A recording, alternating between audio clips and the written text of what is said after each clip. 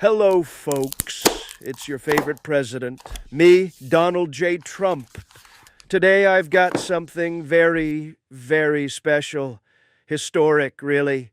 This is the Trump phone. Just arrived. Just beautiful. Just beautiful.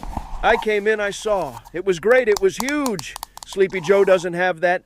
Crooked Hillary doesn't have it either. She doesn't have the sensibility, quite frankly. I just got one for Elon. It's the least I could do after Elon got a Tesla for me. I'm not even holding a grudge against him for insulting my big, beautiful Bill because I'm the bigger man. Now many people are saying, this is the greatest phone ever made, better than iPhone, better than Android. We're calling it the Patriot device, built right here in America. Not in China, not on my watch. Look at that. Sleek, strong, masculine like me. Camera, best in the world, takes pictures so sharp it'll make CNN cry.